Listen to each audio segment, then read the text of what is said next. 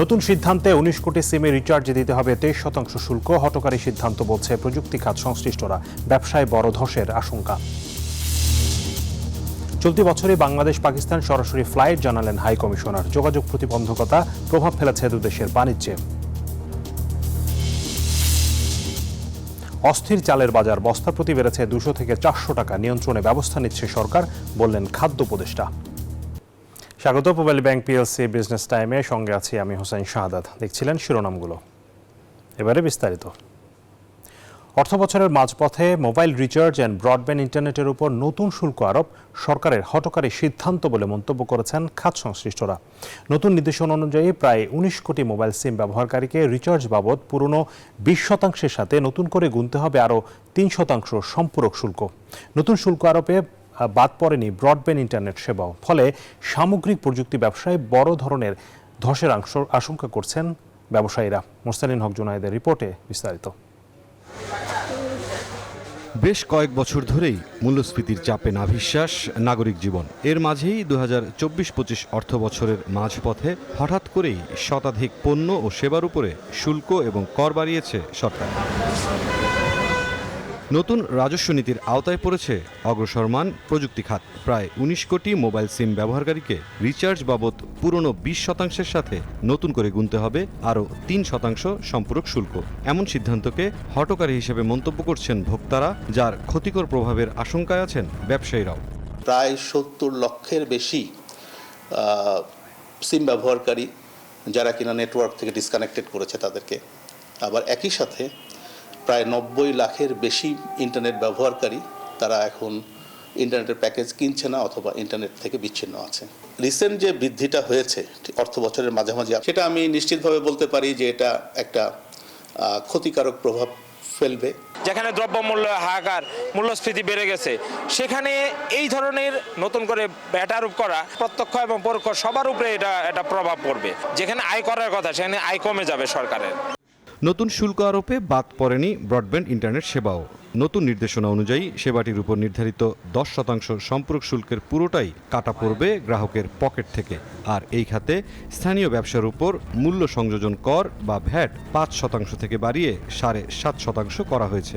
ফলে সামগ্রিক প্রযুক্তি ব্যবসায় বড় ধসের শঙ্কায় খাত সংশ্লিষ্টরা। সরাসরি যে 10% যেটা বৃদ্ধি করা হয়েছে প্লাস 5% ব্যাট, টোটাল এই 15% সেটা সরাসরি গ্রাহকদের কাছ থেকে আমাদের আদায় করতে হবে। ইন্টারনেটকে যদি লিমিটেড করে এই মূল্যস্ফীতির যুগে ইন্টারনেটের মূল্য যদি বাড়িয়ে দেয়, সেই ক্ষেত্রে দেখা যাবে আমাদের ডিজিটাল ডিভাইড কিংবা ডিজিটাল বৈষম্য তৈরি হচ্ছে। এই প্রযুক্তি ব্যবসায়ীর মতে কোনো পক্ষের সাথে আলোচনা না করে নতুন শুল্ক আরোপ সরকারের জন্য হিতে বিপরীত হতে পারে।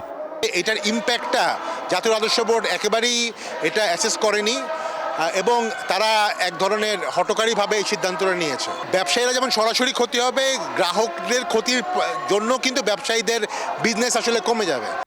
সরকারি প্রাক্কলন অনুযায়ী নতুন শুল্ক কর বাড়ানোর কারণে বছরে ১২,০০০ কোটি টাকা বাড়তি রাজস্ব আদায় করা যাবে। মুরসালিন হক জুনায়েদ, নিউজ 24, ঢাকা। বাংলাদেশ ও পাকিস্তানের মধ্যে বিমান চলাচল শুরু হবে বলে জানিয়েছেন ঢাকায় নিযুক্ত পাকিস্তানের হাই কমিশনার সৈয়দ আহমেদ মারুফ। এদিকে federation of Pakistan chambers of commerce and industry FPCCI সভাপতি বলেছেন, বিগত দিনে সমুদ্র এবং আকাশ পথে সরাসরি যোগাযোগ না থাকায় প্রত্যাশা অনুযায়ী দুই দেশের মধ্যে ব্যবসা বাণিজ্য সম্ভব হয়নি। আর রপ্তানি পণ্যে বৈচিত্র্য আনার পরামর্শ দিয়েছেন FPCCI প্রশাসক। রাজধানীর একটি হোটেলে বাংলাদেশ পাকিস্তান বিজনেস ফোরাম আয়োজন করে এই মতবিনিময় সভার। এতে যোগ দেন দুই দেশের শীর্ষ পর্যায়ের ব্যবসায়ী নেতা ও প্রতিনিধিরা। ডিজিটাল উপস্থাপনায় তুলে ধরা হয় বিভিন্ন খাতে দুই দেশের ব্যবসা বাণিজ্যের সম্ভাবনাসমূহ। অনুষ্ঠানে বাংলাদেশে সফররত FPCCI সভাপতি বলেন, সুযোগ থাকলে বাংলাদেশে বিনিয়োগে আগ্রহী পাকিস্তানের বিনিয়োগকারীরা। Both Pakistan and Bangladesh are strategically located in South Asia with access to major trade routes in the Indian Ocean.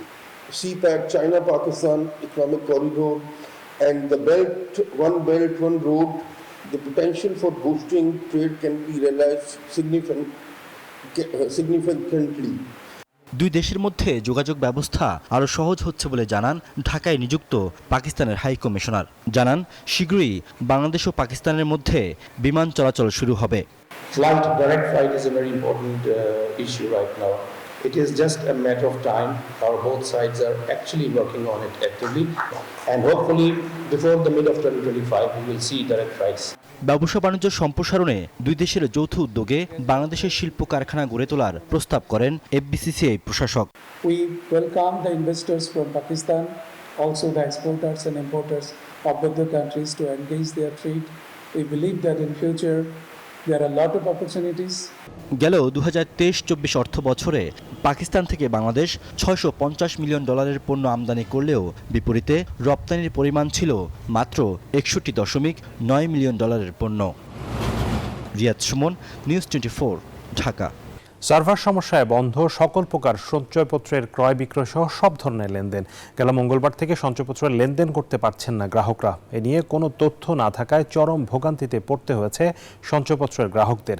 গ্রাহকরা বলছেন কবে নাগাদ সার্ভার ঠিক হবে তার সঠিক তথ্য পাচ্ছেন না তারা। ব্যাংকের গ্রাহককে মোবাইলে SMS করে জানিয়ে দেওয়া হলেও জানায়নি অধিদপ্তর। তবে অধিদপ্তর বলছে সফটওয়্যারের আপগ্রেডেশনের কাজ চলমান রয়েছে, দ্রুত লেনদেন চালু হবে বলে জানিয়েছে অধিদপ্তর। কোভিড আসে না দেখে আমি জাস্ট জানার জন্য আসলাম। ওরা কোনো কথা বলতে পারে না, বলে যে একটা নোটিশ টানায় রাখছে যে সার্ভার সমস্যা। সার্ভার গত এক সপ্তাহ যাবে বন্ধ, কখন চালু হবে কেউ জানে না। এটা খুবই মানুষের এখানে নাজাল হইতেছে, মানুষের অসুবিধা হইতেছে। আপনারা বলে 2-1 দিন ওয়েট করতে বললো, হয়তো 2-1 দিনের ভিতরে চলে যাবে। আগের কার্যদিবসের ধারাবাহিকতায় আজও দেশের প্রধান পুঁজিবাজার ঢাকা স্টক এক্সচেঞ্জ এবং অপর শেয়ার বাজার চট্টগ্রাম স্টক এক্সচেঞ্জে দরপতন হয়েছে। তবে টাকার পরিমাণে লেনদেন বেড়েছে। সোমবার সপ্তাহের দ্বিতীয় কার্যদিবস শেষে ডিএসইতে কমেছে সবকটি সূচকের মান। প্রধান মূল্যসূচক ডিএসইএক্স 4 পয়েন্ট কমে অবস্থান নেয় 5151 পয়েন্টে। আর গত কার্যদিবসের চেয়ে এদিন লেনদেন বেড়েছে 26 কোটি 80 লাখ টাকা। এছাড়া হাতবদল হওয়া শেয়ার ও মিউচুয়াল ফান্ড ইউনিটের মধ্যে দাম বেড়েছে 91টির, কমেছে 247টির এবং অপরিবর্তিত রয়েছে 62টি কোম্পানির শেয়ারের দর। অন্যদিকে দেশের অপর পুঁজিবাজার সিএসইতে সার্বিক মূল্য সূচক সিএসপিআই কমেছে 38 পয়েন্ট আর লেনদেন হয়েছে 54 কোটি 3 লাখ টাকা। বহুজাতিক সিগারেট কোম্পানির উপর শুল্ক ও মূসক কম বাড়িয়ে একচেটিয়াভাবে নিম্নস্তরের দেশীয় কোম্পানির উপর করের বোঝা চাপিয়ে দেওয়া হচ্ছে বলে অভিযোগ করেছে ন্যাশনাল সিগারেট ম্যানুফ্যাকচারার্স অ্যাসোসিয়েশন। সংগঠনটি জানিয়েছে বিদেশি কোম্পানির উৎপাদিত সিগারেটের নামমাত্র 2% সম্পূরক শুল্ক বৃদ্ধি করা হয়েছে। অন্যদিকে ধুঁকতে থাকা দেশীয় উদ্যোক্তাদের নিম্ন সিগারেটে একক অর্থ বছরে প্রায় 12% শুল্ক বাড়ানো হয়েছে। রোববার রাজধানীর একটি হোটেলের সংবাদ সম্মেলনে সংগঠনটির সাধারণ সম্পাদক নাজমুন নাহার লাকি এসব অভিযোগ করেন।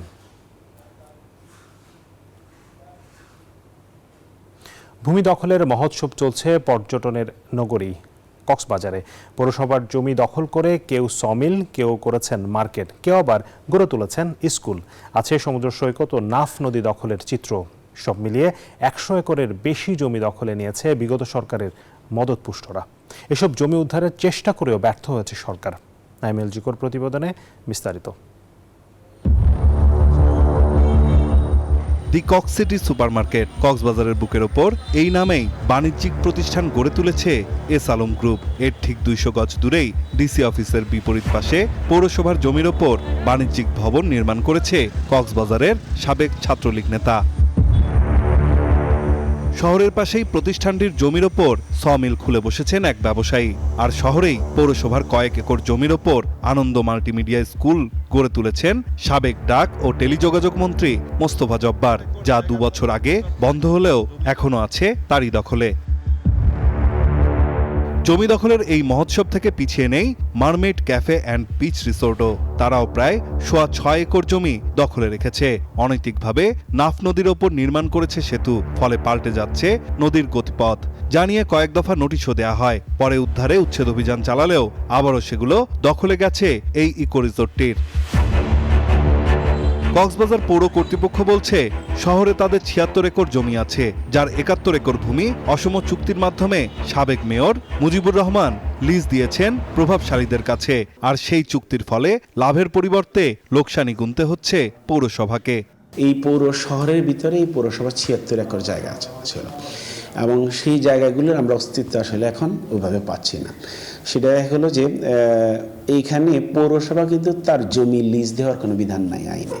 পৌরসভা তার জমি লিজ দিতে পারে না। পৌরসভা তার জমি নিজে ইউজ করবে, বেসরকারি ব্যবস্থাপনার চুক্তি করে সে উইন উইন সিচুয়েশনে সেইগুলোকে সে ব্যবহার করবে। কিন্তু আমরা এখানে দেখেছি বিভিন্ন সময়ে সেই চুক্তিগুলো আসলে বৈধভাবে করা হয়নি। শুধু জমি নয়, হাজার হাজার কোটি টাকার বাণিজ্য কক্সবাজারে হলেও অনিয়ম ও দুর্নীতির কারণে আজ দুর্দশায় পড়েছে এই পর্যটন নগরী পৌরসভা। অসম চুক্তির কারণে প্রভাবশালীদের হস্তক্ষেপে বেহাত হয়েছে কক্সবাজার পৌরসভার জমিগুলো, যা নিরূপণ করা গেলেও এগুলো উদ্ধারে কোনো রকমের তৎপরতা তাদের মধ্যে দেখা যায়নি। নাইম আলচিকো, নিউজ 24, কক্সবাজার। বেড়েই চলেছে চালের দাম। রাজশাহীতে গত 2 সপ্তাহের ব্যবধানে বস্তা প্রতি সব ধরনের চালের দাম বেড়েছে 200 থেকে 400 টাকা। বিক্রেতারা বলছেন, মিল থেকে চাহিদা অনুযায়ী চাল না পাওয়ায় বাজার অস্থিতিশীল হচ্ছে। ভোগান্তিতে পড়ছেন ক্রেতারা।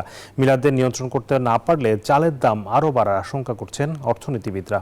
রাজশাহী থেকে রঞ্জু মাহমুদের ক্যামেরায় মতিউর মুর্তজা তথ্যে নেক্সট রিপোর্ট। রাজশাহীতে কোনোভাবেই চালের বাজারের লাগাম টানা যাচ্ছে না। প্রতিদিনই চালের দাম বাড়ছে। ব্যবসায়ীরা বলছেন, মিলাররা চাহিদা মতো চাল সরবরাহ না করে ইচ্ছে মতো দাম বাড়াচ্ছে, ফলে ক্রমেই অস্থিতিশীল হচ্ছে বাজার। দাম বাড়তেছে, শর্ট হতেই আছে। আমরা চাহিদা অনুযায়ী যখন পাচ্ছি না, তখন মিলাররা তো অবশ্যই দাম বাড়াইতেছে। অতিরিক্ত বেশি 3200 টাকা জিরা, 3600 বিক্রি, 50 400 টাকা বেড়েছে। বড় বড় মিলাররা দিতে চাচ্ছে না, দাম বাড়তে চাউল নাই তা বলছে। অনিয়ন্ত্রিতভাবে চালের দামের ঊর্ধ্বগতিতে ভোগান্তিতে পড়েছেন সাধারণ ক্রেতারা। দাম বাড়ার পেছনে বাজার নিয়ন্ত্রণের ব্যর্থতাকেই দায়ী করছেন তারা। আমদানি করা হয়েছে, এরপরও দেশে এই চালের দাম এত বৃদ্ধি পার করে সাধারণ মানুষের ক্রয় ক্ষমতার বাইরে চলে গেছে। সবকিছুরই তো দাম বেশি, কোনো জিনিসেরই তো দাম কম নাই। প্রশাসনের নজরদারি ধরেন কোনো তকালিতে নাই, কে কার খোঁজ খবর রাখে। অর্থনীতিবিদরা বলছেন, মিলারদের সিন্ডিকেট নিয়ন্ত্রণ করতে না পারলে চালের দাম আরও বাড়বে। মিলাররা যাতে বেশি সিন্ডিকেশন করতে না পারে, তারা যাতে ওখানে স্টোর করতে না পারে, বেশি প্রয়োজনের বেশি ইনভেন্টরি তৈরি করতে না পারে, এই জন্য একটা মনিটরিং এর দরকার। নিত্যপণ্যের মূল্য নিয়ন্ত্রণে প্রশাসনের কাগুজে বাঘের হুঙ্কার নয়, কার্যকর ব্যবস্থা নেয়ার দাবি জানান ভোক্তারা। Desk report, news 24। Eastern bank পিএলসির অতিরিক্ত ব্যবস্থাপনা পরিচালক হিসেবে নিযুক্ত হয়েছেন ওসমান এরশাদ ফয়েজ। ইস্টার্ন ব্যাংকে নিয়োগের আগে তিনি সিঙ্গাপুর ভিত্তিক আন্তর্জাতিক ব্যাংকিং ও ফিনটেক কনসালটেন্সি প্রতিষ্ঠান এশিয়া FIT এর সহ-প্রতিষ্ঠাতা হিসেবে দায়িত্ব পালন করছিলেন। 30 বছরের পেশাগত জীবনে ওসমান ফয়েজ শীর্ষস্থানীয় বিভিন্ন বৈশ্বিক আর্থিক প্রতিষ্ঠানে কৌশল, প্রযুক্তি, পরিচালনা, ডিজিটাল রূপান্তর, কোর ব্যাংকিং এবং ফিনটেক নিয়ে কাজ করেছেন। তিনি পেশাগত জীবনে বিভিন্ন আন্তর্জাতিক স্বীকৃতি লাভ করেছেন। 2015 সাল থেকে তিনি সিঙ্গাপুরের ইনস্টিটিউট অব ব্যাংকিং অ্যান্ড ফাইন্যান্সের একজন ফেলো হিসেবে দায়িত্ব পালন করেন। 2005 সালে আন্তর্জাতিক দায়িত্ব নিয়ে বাংলাদেশ ত্যাগের পূর্বে তিনি স্ট্যান্ডার্ড চার্টার্ড ব্যাংক বাংলাদেশের প্রধান পরিচালন কর্মকর্তা হিসেবে কর্মরত ছিলেন। খাদ্য নিরাপত্তা নিশ্চিতে বিভিন্ন উদ্যোগ নিয়েছে চীন সরকার। দেশটির কৃষি মন্ত্রণালয় 9 জানুয়ারি এক বিবৃতিতে জানিয়েছে, নতুন সয়াবিন ও ভুট্টার জাত উদ্ভাবনে প্রচেষ্টা চালানো হবে। এছাড়া প্রধান শস্য ও ভোজ্য তেল জাতীয় ফসলের উৎপাদন বৃদ্ধিতে প্রাধান্য দেওয়া হবে। কৃষি মন্ত্রণালয়ের দেওয়া তথ্য অনুযায়ী এই প্রচেষ্টার মূল লক্ষ্য হবে ভুট্টা, চাল, গম, সয়াবিন ও সরিষার মতো 5টি গুরুত্বপূর্ণ ফসলের উৎপাদন বাড়ানো। দর্শক, এই ছিল মোবাইল ব্যাংক পিএলসি বিজনেস টাইমে।